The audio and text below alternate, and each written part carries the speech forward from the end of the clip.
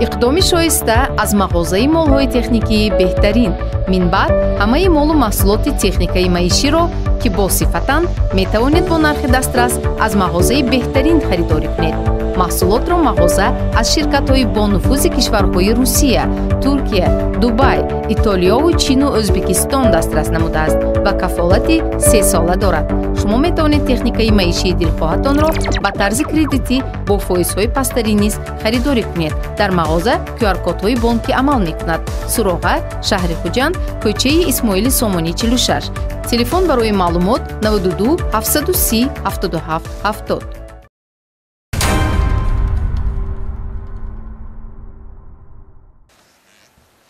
ҳамдиёрони арҷманд салом. ҳимояи ҳаёт ва саломатии инсон, ҳуқуқ ва озодиҳои ӯ, манфиатҳои ҷамъиятию давлатӣ ва таъмини тартиботи ҷамъиятӣ самтҳои асосии фаъолияти милитсия аст. дар барномаи мазкур боз оиди боздошти нафарони маълумот медиҳем ки бо кирдори хавфноки худ ба ҷамъият ва ё шахсони алоҳида зарар расонида меъёрҳои қонунгузориро вайрон намуданд. дар студия бо шумо эҳсон абдуллозода.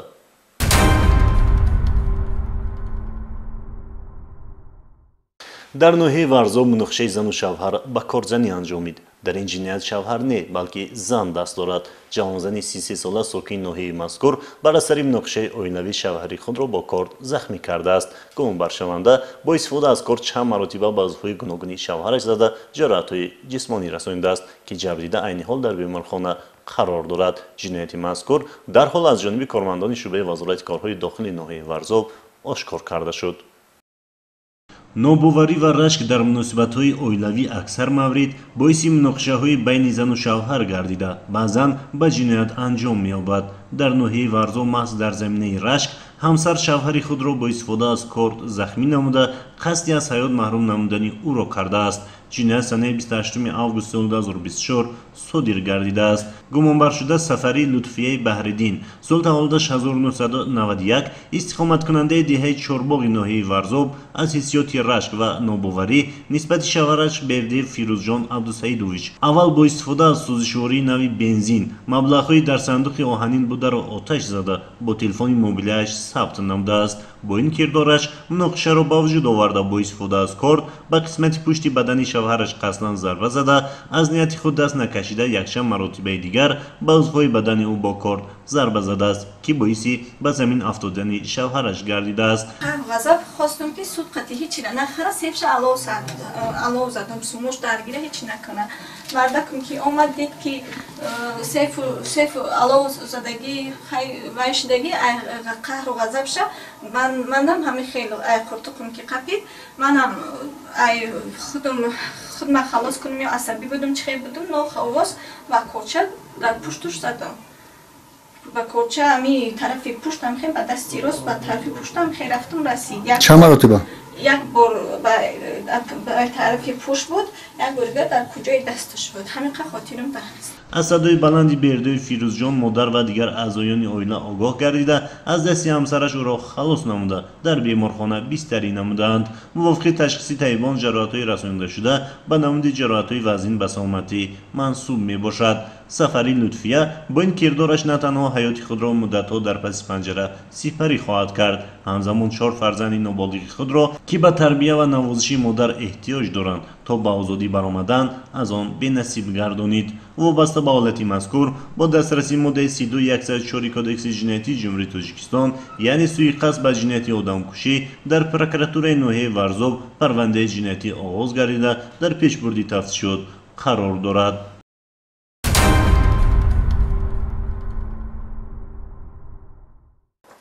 ду нафар навраз худро дар образи ғоратгар нишон дода як нафар сокини ноҳияи Кушонёнро латукӯ ва ғорат намуданд.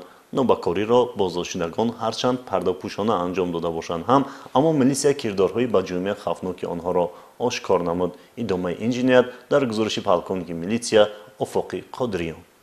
боиси таассуф аст ки бархе аз ҷавонон ба ҷои дониш андохтану соҳибкасб гаштанд даст ба амалҳои хилофи қонун зада ва ҳаёти худро барои ҳамеша доғдор менамоянд ва бо ин амалҳои зишти хиш ба мардум зарари моддиву маънавӣ мерасонанд.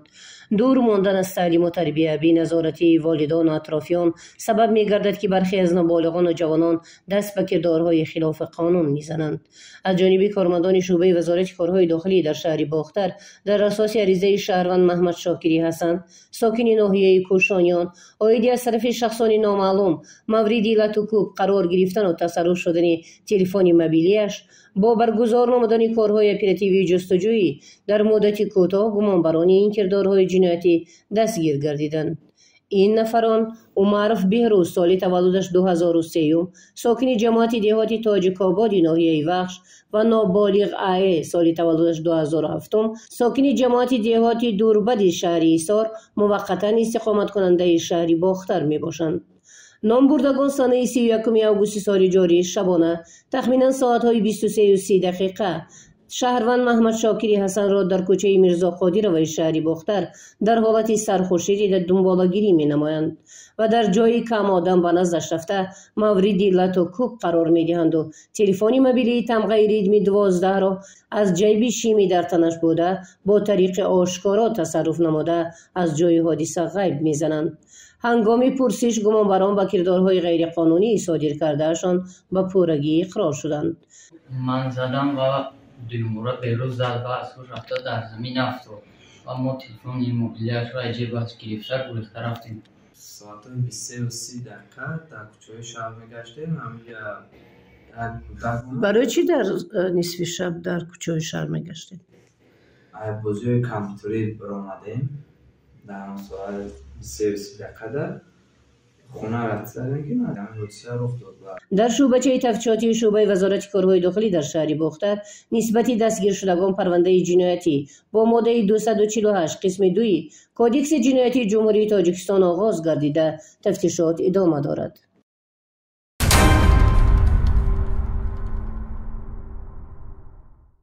дар ҷомеа нафароне ҳастанд ки бо амалу рафтори ноҷавонмардона ва дур аз ахлоқи инсонӣ мехоҳанд манфиат ба даст оварда рӯзгор пеш баранд. як нафар ҷавон сокини ноҳияи Ашти вилояти Суғд бо ҷурми тамаҷҷӯӣ боздошт гардида бо роҳи шантаж яъне ироб аз як ҷавон духтар 50 000 сомонӣ талаб карда ҳангоми гирифтани 10 000 сомонӣ аз ҷониби милитсияи ноҳияи Спитамен боздошт гардид.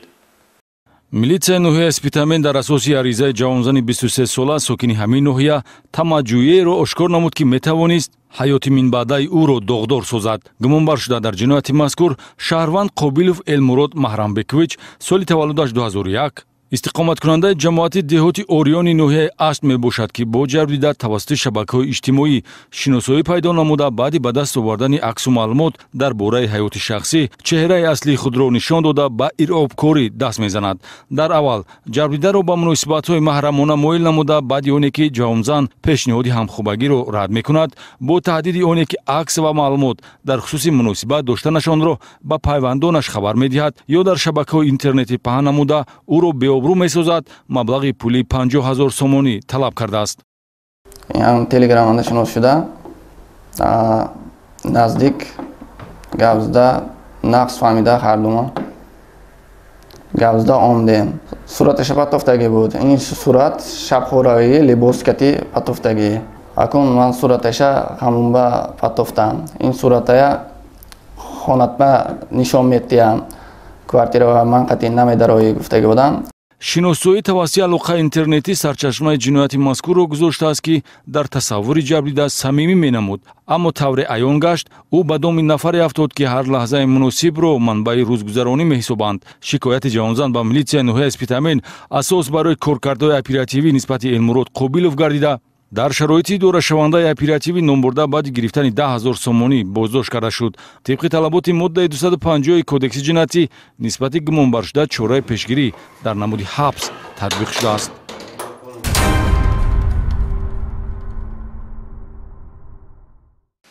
дар ин қисмати барнома аз ошкорёбии кирдорҳои сеҳргари навбатӣ барои шумо маълумот медиҳем.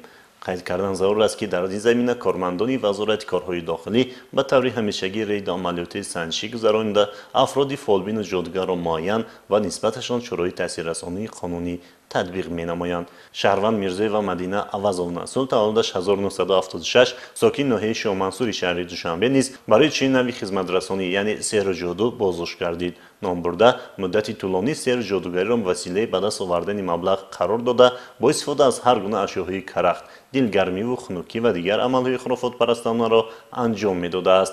باید گفت که محض جهالت و نادانی، خرافات و کمسوادی بعضی از شهروندان باعث می‌گردد که چنین نفران فالبین و جادوگر با مقصدی به دست آوردن پول و مال و مردم فریبی مشغول گردند. وابسته به حالت مذکور نسبت نام برده طبق طلبات ماده 482 کدکس حقوق ویرانکنی مأموری جمهوری تاجیکستان پروتکل مأموری ترتیب داده شده جریمه تطبیق کرده شد.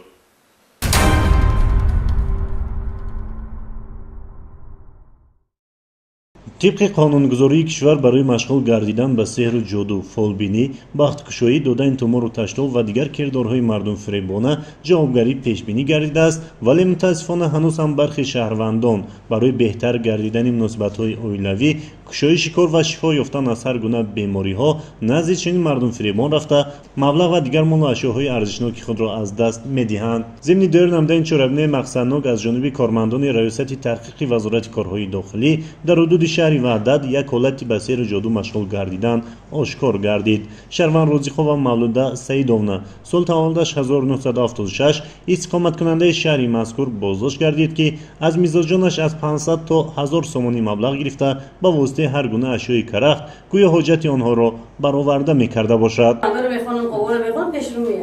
چی پیش روی شما میاد؟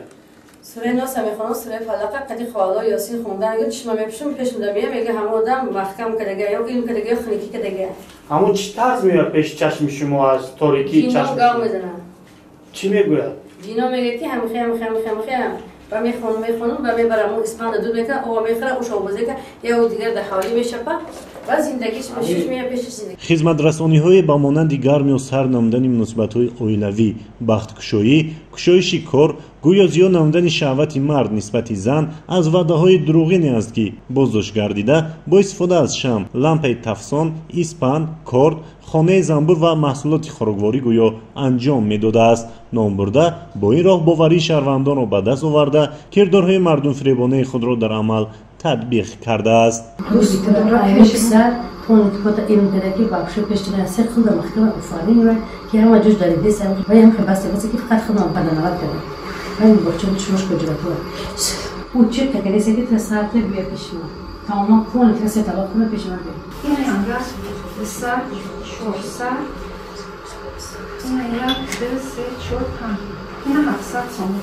وابسته به حالتهای جای داشته طبق طلبات ماده 482 کدکس حقوق ویرانکنی مأموری جمهوری تاجیکستان پروتکل ترتیب داده شده برای من بعد به چنین خانشکنی راه ندادن با روزیخواه و مولوده کارهای فرماندهی گذرانده شد.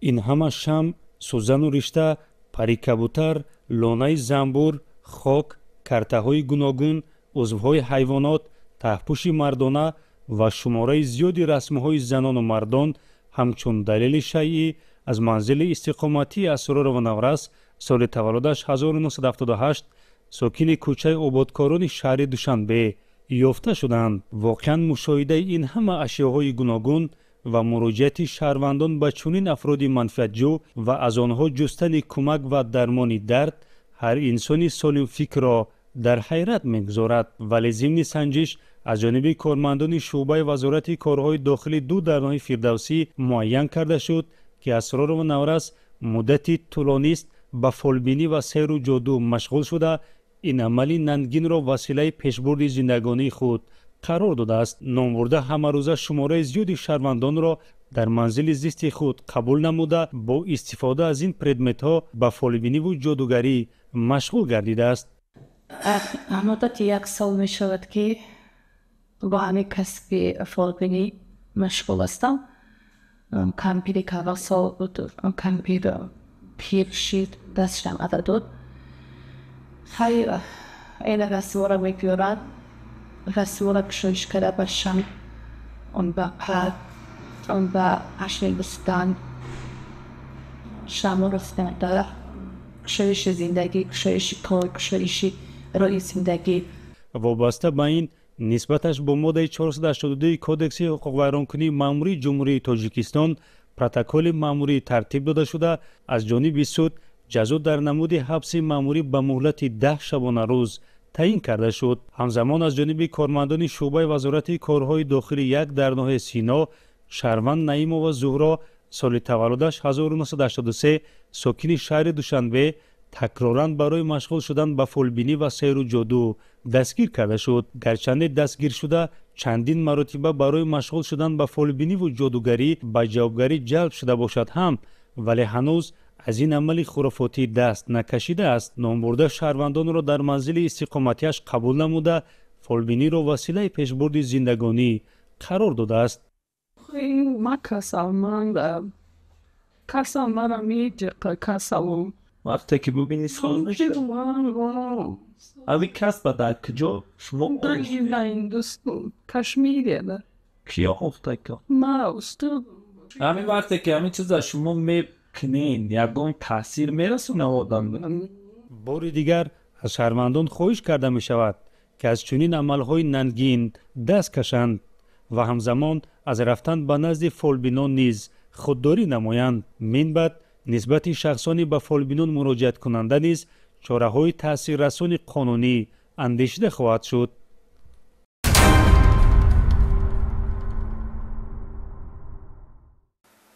موضوع دیگر وزارت کارهای داخلی با مقصد پیشگیری پنجشنبه بیماری سیرایتی چرابینی مقصدنور دایر می‌نماید. چون یک چرابینی یعنی عملیات اخلاق و ترتیبات را کارمندان ریاست گفتگو جنایتی در حدود شهر ایسار راه اندازی نمودند. ضمن عملیات کارمندان ریاست مذکور در مرکزهای دلخوشی ظفر و شام شوراب شهر ایسار نزدیک به 100 نفر دختران به مقامات کارهای داخلی دسترس کرده شدند. متاسفانه بعضی از جوان دختران با کردارهای شهوانی و بیرون از اخلاق مشغول گردیده مرکزهای دلخوشی را به جای جلب مشتری تبدیل دادند که احتمال دارد به پنجشنبه بیماری سیرایتی سبب گردد.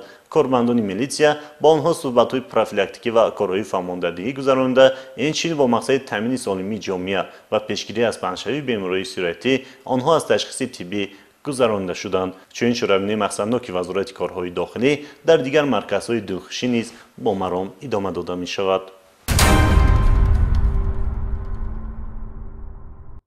بینندگان گرامی، این بود شرح مختصری حوادث و واقعه‌های جنایتی در هفته سپری شده رخ داده. باقی به شما سعادت روزگار و بخت و اقبال بلند تمنا داریم. خیر تا برنامه آینده صحتمند و سربلند باشید.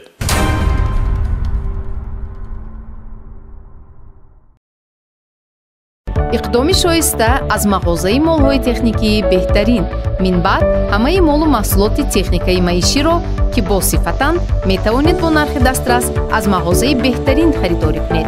محصولات را مغازه از شرکت‌های با نفوذ کشورهای روسیه، ترکیه، دبی، ایتالیا و چین و ازبکستان دسترس نموده است و کفالت 3 ساله دارد. شما میتوانید تکنیکای معیشی دلخواهتان را با طرز کردیتی با فایزهای پستری نیز خریداری کنید. در مغازه QR کدهای بانکی عمل میکند. سراغه، شهر خوجند، کوچه اسماعیل سامانی 46.